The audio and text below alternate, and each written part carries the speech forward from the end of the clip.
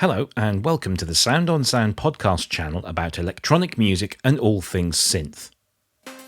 I'm Rob Puricelli, and in this episode I speak with Michael Whalen, a two-time Emmy Award winning Grammy-nominated composer with over 30 years experience composing for film and television, as well as being a recording artist in his own right, with over 800 million streams since 2015.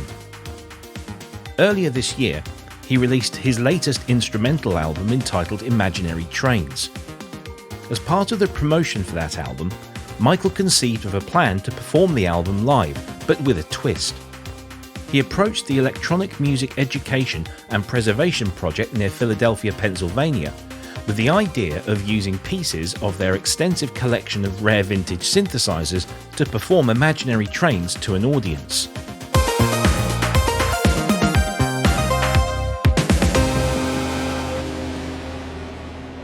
Before we discuss the daunting task of assembling such a live rig and the intricacies of filming the performance, I wanted to know what Michael's inspiration for the album itself was.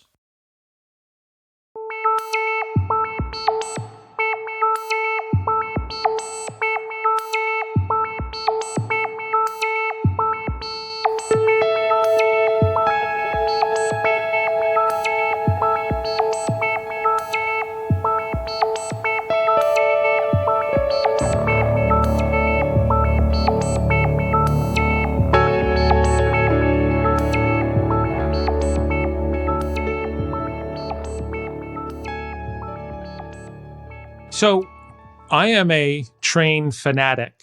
So like in the UK and, in Europe, you guys have a much different relationship to trains than here in the United States. Because here in the United States, it's much more sort of romantic, I think, and especially like in Europe, it's much more sort of like, functional. It's like, okay, I got to go from point A to point B. But in America, a lot of train trips are long. They're like hours and hours and hours. And so when I was a kid, I went to boarding school, and the way I got to boarding school was the train. And so I have loved the train for my whole life. And I loved the idea that you could feel perfectly safe and still while you were in motion. And I've always wanted to try to create that. And so I think the musical sort of inspiration was my love of the music of Tangerine Dream. So, the first time I ever heard Tangerine Dream was the movie Risky Business with Tom Cruise and Rebecca De Mornay. They're on that scene, on the L train in Chicago, and they're, getting it on and whatever. And that incredible track happens. And the first time I heard that, I was like, what is that? And that was one of those change my life moments. And since then, nearly 40 years later, that music has become such an important part of what inspires me and what has been sort of like, pushing me forward as a composer and as a synthesist. This is not your first album, of course. You've done many albums before. So where does this kind of fit in terms of, the oeuvre, shall we say, of Michael Whalen? I am a little schizophrenic musically. I think it comes from the fact that I started my career in commercials, and I've done many thousands of commercials and many, many hundreds of different genres and stuff. But I would say at this point, I have a very strong representation in the electronic side. So my very first solo record back in 1996 was called Night Scenes. And that was a deep ambient record. And, and since then, I've been kind of playing with things and doing things and whatever. But I think Imaginary Trains is building on the success of the record that I did back in 2020, Sacred Spaces. And, and I'm really in a very sort of deep growing period as a sound designer and as a synthesist. And I'm really going for it on a lot of fronts. And so I think Imaginary Trains is definitely inspired by all the soundtrack work that I've done. It's definitely inspired by the work that I've done with all the classical music that I've done. But I also think my love of creating sounds is intense. I have created tens of thousands of sounds for myself, and also for all the ads and the TV shows that I've worked on, and the themes that I've done, and the feature films that I've worked on. Creating palettes of sounds have been a huge part of who I've been as a musician. How did you come up with the idea for doing a live performance of the entire album, and not only just doing a live performance of it, but doing it at EMEAPP, which is this fantastic facility full of electronic equipment? How did all of that come about? So our friend Larry Fast said 2 years ago, "Oh my God, you got to go to this place in Philadelphia. This place, EMEAPP. It's unbelievable." I went to the website and I was like, "Yeah, it doesn't look that great." And I finally, and they're not really working on their website, and they're not really spending a lot of time promoting themselves, and they're not really doing a lot of that stuff. So I finally reached out to them about 6 months later, and I went down and I had the tour. Rob, I don't even know where to start. I'm literally speechless on how to describe this place. I mean, it is the personal synthesizer collection of a guy who definitely knows his stuff, but the amount of historical, important instruments they have there, I don't even know how to. I mean, they've got Keith Emerson's modular Moog there. So, you want to start with that conversation. They have one of two Yamaha GX1s in the world that still work, and theirs is in fantastic condition. So it's not just I have a pile of gear. It's EMEAPP is a place that's about curation, and it's about preservation, and so Vince is to put together a collection like this, you have to be a lunatic in the best possible sense of the word. But at the same time, I think it's something that I don't think a university would have the wherewithal to do this. I don't think that even a museum would have the wherewithal to do this. So I think it has to fall on a private person to say, this stuff needs to be protected. This stuff needs to be taken care of, because I can't even imagine. Let's just talk about Keith Emerson's Moog. That instrument needs to be cared for. And yes, I know Keith dragged it all over the world for 25 years. Yeah, I know. But he had a team of guys fixing that thing constantly. So even to have that thing sitting in a room working, it's unbelievable. It's unbelievable. Yeah. So did you approach them, or did they come to you to do this? Oh, I totally came to them, and I said, okay, I have this idea. I'm doing this record, and I'd like to do a concert of music from this new album. Have you ever done anything like this? And they're like, no one's ever done this before. I'm like, really? And they've done concerts. They've done, smaller concerts and things, but they've never done anything on this scale. And what I said is, what if I picked 6, 8, 10, the number actually turned out to be 13 eventually, 13 instruments to use as my rig for the event. And they said, sure. And so I sent them a diagram. And what's amazing is that the diagram that I sent them is actually fairly accurate to what we actually ended up doing. It actually kind of amazingly so.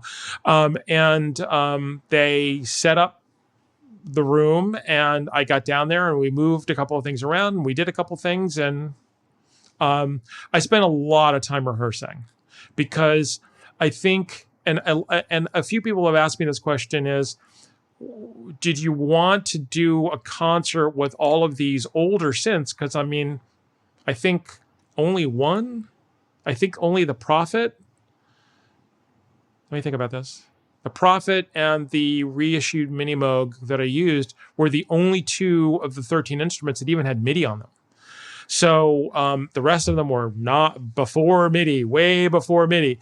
And so the idea was, okay, well, do you need to go and prove yourself with all this gear? And I said, honestly, guys, I'm not even thinking about MIDI. I'm only thinking about can I go and perform and do this at the level that I want to? And I'm not really thinking about like the technical part of this yet. I'm more thinking about the musical part. So for me, it was never about, integrating their synthesizers into my rig, whatever that means. And and we had a long conversation, me and the people at EMEAPP, about how do I want to do this. And we went back and forth. Do we want to have a live audience? Do we want, and it was February when we finally made this decision. And a lot of bands were going out, and they were going out and doing like a week or 2 weeks worth of stuff and then stopping because of COVID. So I was like, I don't want to do that. So we shifted gears, and we went from a live event to a streaming event. And I got a friend of mine here in New York City to come down with a camera crew. And that's when we decided to do this as a live streaming concert. And it kind of freaked me out to have all those cameras. I was like, So you say you drew up this list of instruments. First of all, what did you choose? Okay, so out of the gate, and I know this is going to sound weird that the first thing out of my mouth is the piano, but the very first thing was the CP80, the Yamaha CP80. The Yamaha CP80 they have at EMEAPP is literally the nicest CP, either 70 or 80 I have ever played in my life, bar none. And I have played some major people's gear, and it doesn't even come. I mean, Rob, this thing is so close to being brand new. I don't even know where to start. It's beautiful, and the action's beautiful. And when you play it, all you can think of is Peter Gabriel playing "Here Comes the Flood," and it's just like, oh my God, so that was literally going to be the home base. And then they have a DX1. I have a DX1 over my shoulder. You and I are total FM fanatics. It's fine. Their DX1 is that much nicer than mine. They have a beautiful Yamaha DX1. And as somebody who has spent a lot of time with the DX1, I feel very comfortable with that instrument. I've made a lot of sounds for it. So I brought down cartridges of sounds, and their instrument's gorgeous. So between the CP80 and the DX1, that became kind of the home base. And then I knew that I was going to put the laptops with the sequencers and stuff on top. Okay, now we're good. So from then I was kind of off to the races, and I was like, okay, I definitely need a Rhodes, 100%. And so they have a Rhodes 88, which is maybe the nicest Rhodes I've ever played in my life. And I'm going to say this a lot, Rob. So as soon as you get sick of this, just feel free to punch me in the face over the stream. Then it got a little strange, because a lot of the lead sounds on Imaginary Trains is my Mini Moog. I have a 2017 reissue Mini Moog, which I absolutely adore, and it played the lead melody thing on pretty much all of the 11th songs on the entire album.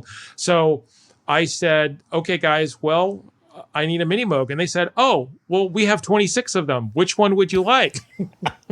God, I mean, Rob, when I tell you I don't know how to describe EMEAPP, I don't know how to describe it. So I said, guys, I need a reissue. I need a really old one that can do that funky, distorted, like moving to kind of whatever, because I need that for the low stuff. And then I need another one. So they picked serial number 16. So I got an RA Moog serial number 16. So they were like, is that early enough? I think Dr. Moog actually screwed this together himself, it absolutely beautiful instrument. Absolutely beautiful condition.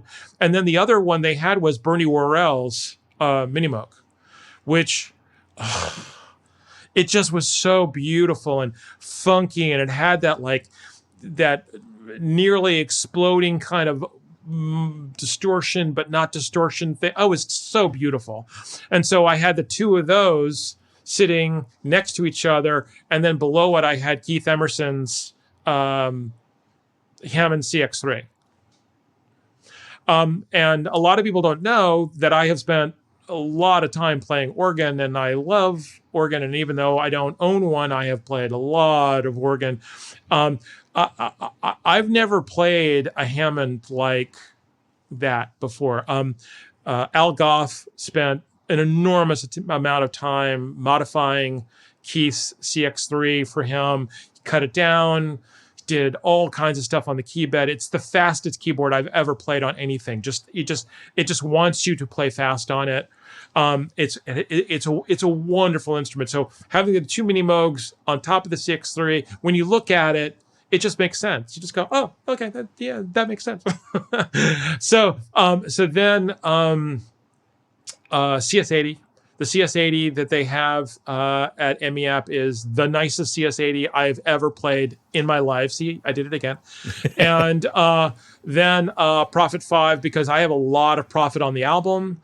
And so just from a sound replacement standpoint, I decided to do that. So they have at least 10 Prophets.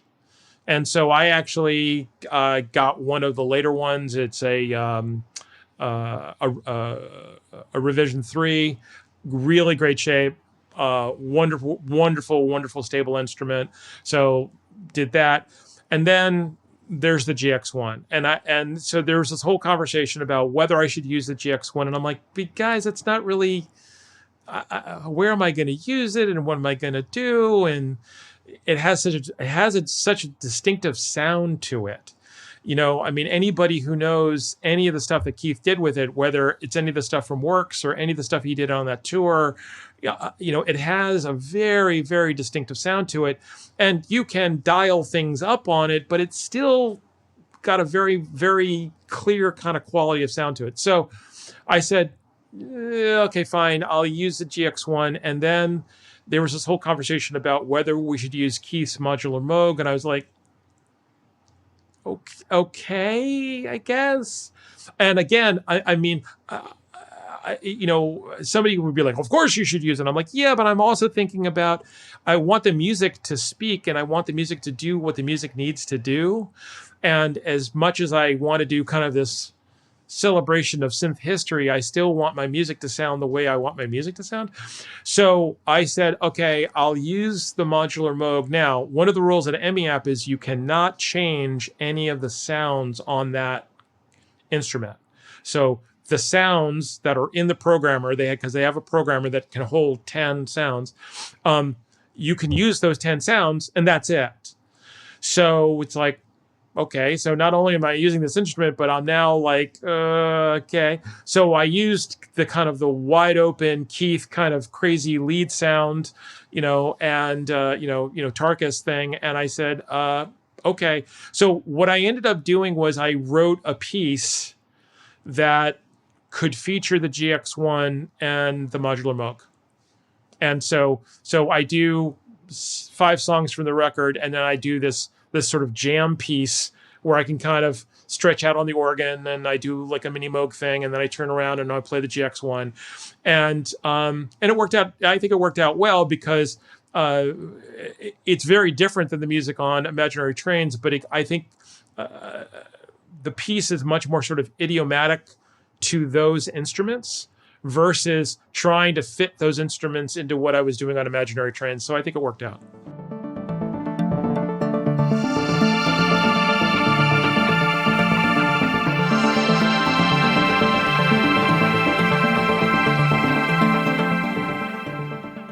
We've had mini Moogs. There's a Prophet, the GX1, Keith's Moog modular, the CP, the DX1. Was there anything else? Was there any ARP instruments in there? Yeah, well, I had an ARP Quadra that didn't quite make it to the shoot. It got very unhappy at a certain point, so we decided to pull that, and I put an Oberheim 4-voice in. I mean, and Rob, this 4-voice is just beautiful. It's just beautiful, and it had that big kind of like wonky, like that SEM thing, and then they had a Selena string synthesizer, so it was the string thing with the synthesizer section on it. So imagine like an ARP Omni to the 10th power. Like it has all kinds of other stuff on it. And I'd never really played a Selena synth before, and it was cool. So if you watch the concert, there's a scene that sounds almost like I'm playing like a theremin or something. That's the Selena. And it has this really cool sound to it. I was like, yeah, I like this a lot. And so that was one of those 2 minutes before we started recording things. I started like playing with the sound, and I was like, yeah, this isn't really like what I did on the record, but I like it. So why not? Let's go for it. And it worked out well. I mean, obviously, you didn't have all of these instruments when you recorded the album. So what was the process of saying, right, well, that part I used instrument X on the record, but now I'm going to replace it with this? You know, did you go through and sort of really think about replacing the instruments with special things from the museum? Okay, so that's a great question. So what I ultimately ended up doing was I took off about 50% of the tracks, and then the sequence is playing like the other 50%. And so what I ended up doing was not trying to recreate the record. What I said was, okay, here's musically what needs to happen, and here's how I'm going to approach that. And so if you know the record and then you listen to like my version of Imaginary Trains, which has got a very long introduction to it, and it goes to like a couple of different places to it, it's not exactly the same as the record. So like melodically I do some stuff, and I some textural stuff, and harmonically I do some stuff and whatever. But I think on the one hand, I understand when you do a concert, people are like, I want to hear the song. And on the other hand, it's like, I like when people bring something to it.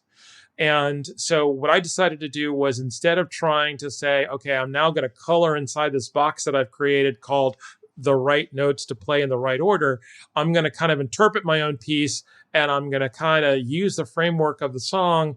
And I might go to a couple of places, but eventually I'm going to come back to the melody and like the stuff that needs to happen. But it was not a straight line. The experience then of somebody listening to the album and then somebody listening to the gig is going to be quite a different thing, but familiar.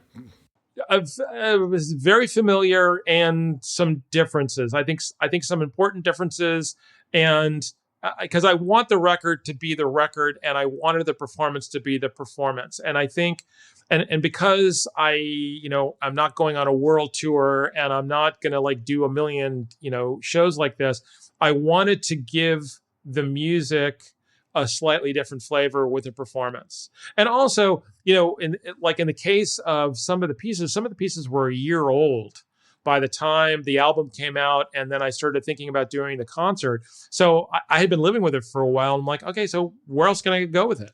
You mentioned some amazing pieces of technology and some amazing vintage synthesizers there. You spoke about the Moog modular and being Emerson's Moog modular. Was there any other instrument in that collection that really daunted you? Not maybe so much from Bernie Worrell's Mini Moog or Keith Emerson's modular, but from a technological standpoint, is there anything there that maybe you weren't too familiar with that kind of gave you the heebie-jeebies? The GX1.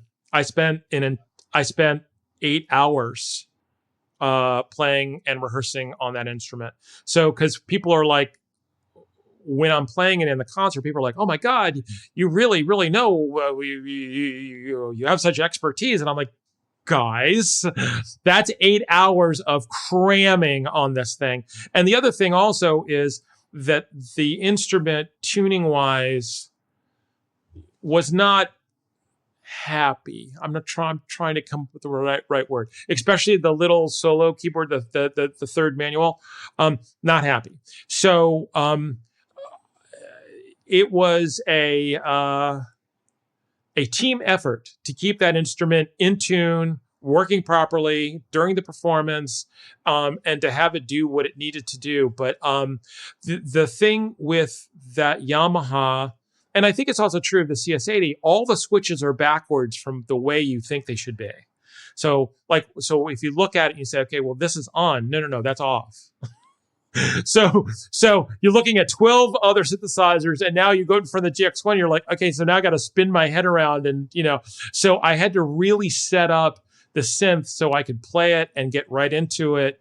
And then things like the pitch bend and then the modulation that I do with that second manual, you've got, you can sit there and do vibrato with your hand, but boy, you got to get into it. And then doing things like playing with the modulation and the LFO. And it took it took some time to really become comfortable with it to the point where I could like sit down and say, now I'm going to make some music with this thing. Cause, okay. The GX1, in my personal opinion, and I know I'm about to get a avalanche of hate mail, but here it comes. The GX1, in my personal opinion, is closer to being an organ than a synthesizer.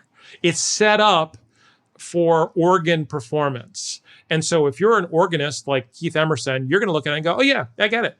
But if you're like a normal synthesizer guy like me, you need a minute. And it's not even really set up like a Hammond. It's set up more like a theater organ or like a pipe organ. It really is like you really got to get your act together.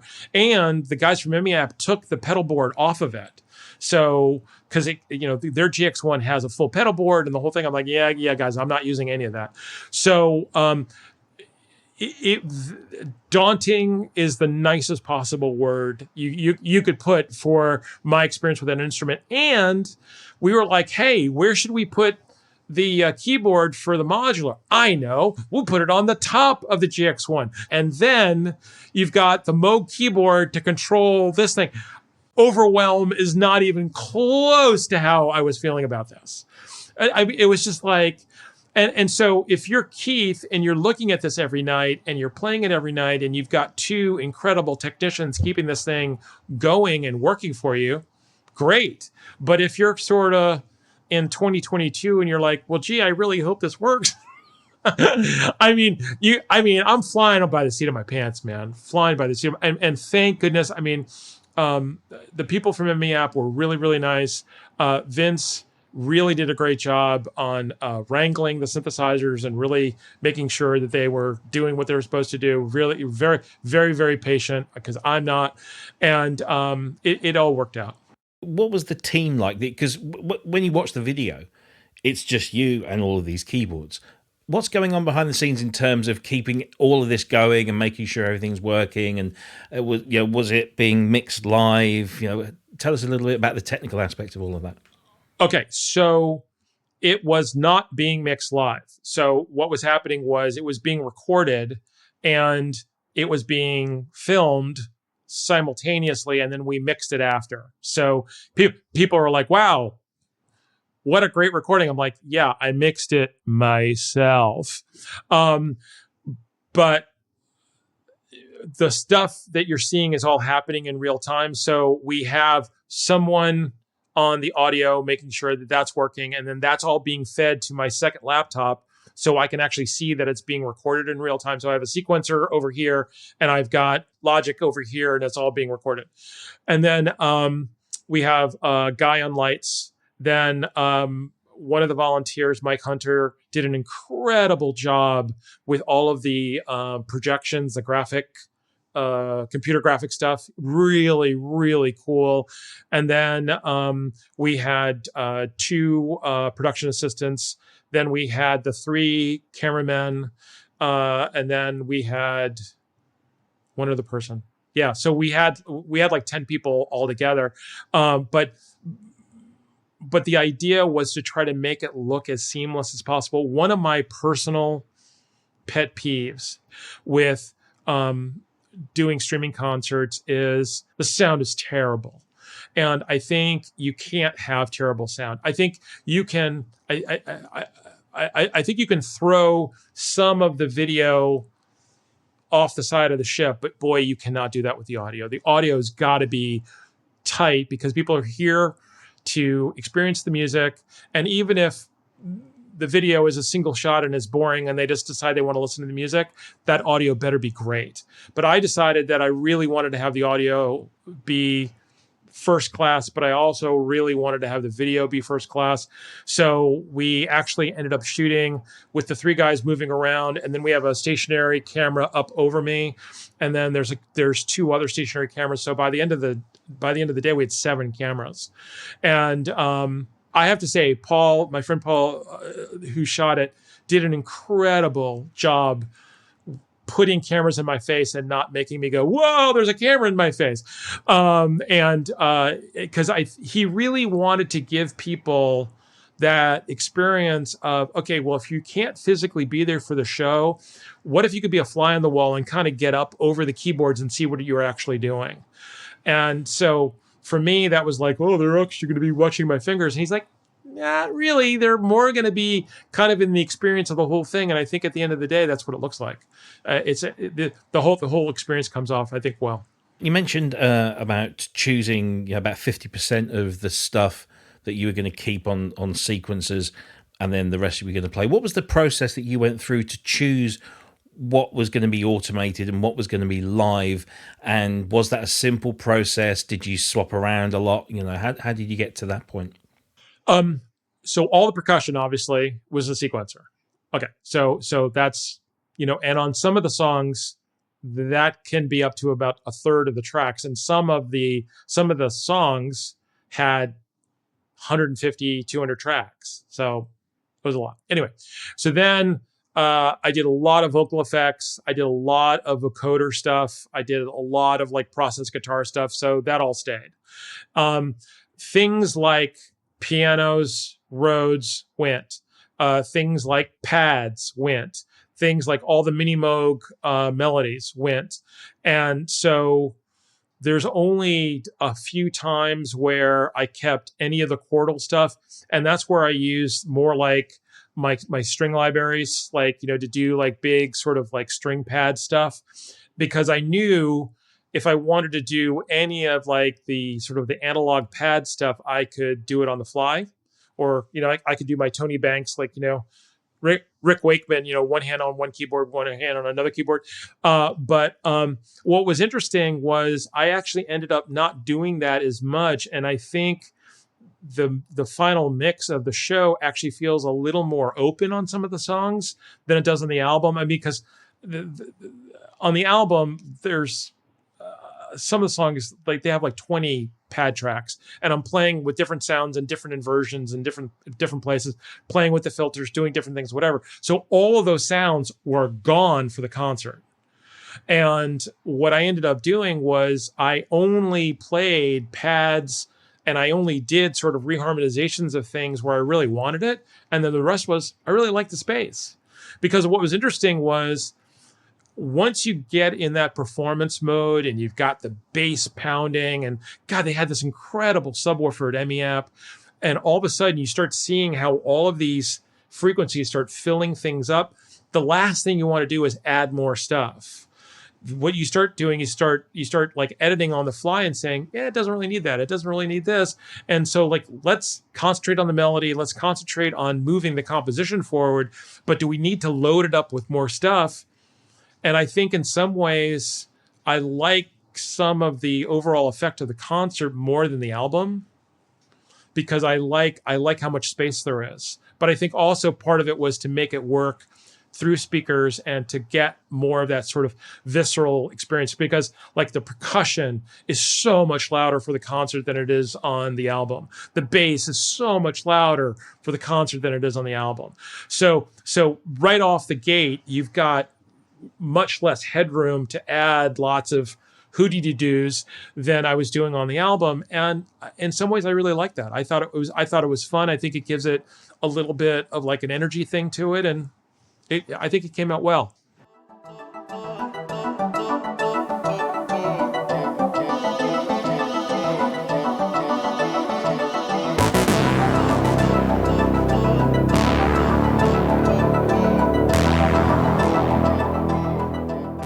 In terms of rehearsal, did you do a lot at home in your studio, and did that feed into the planning of how you then translated that in EMEAPP? And then how much time did you have to rehearse actually with the gear that you used for the film?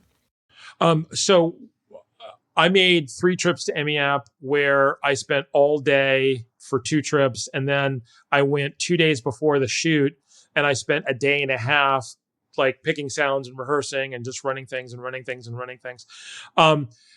At home, most of the preparation was here's the tracks I'm going to do. And then I started sort of compiling lists of things that I needed to kind of concentrate. So I knew when I got there, okay, here's what I need to set up, or here's what I need to do in terms of like chain of patches. So, okay, track 1 is this, track 2 is this, track 3 is that. And the other thing I was also trying to do was to keep the prep and the patch change thing as seamless as possible from song to song.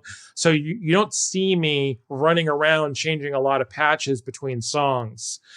So I think I did a pretty good job trying to keep things sort of seamless and moving along. And so, I don't really change the Minimoog sound on a lot of the songs, like that lead sound. I use some variation of the same basic sound through the whole thing. And I'm okay with that. Because I was happy with how it worked musically. So I was like, let's just make sure the performance is right, and I'm good.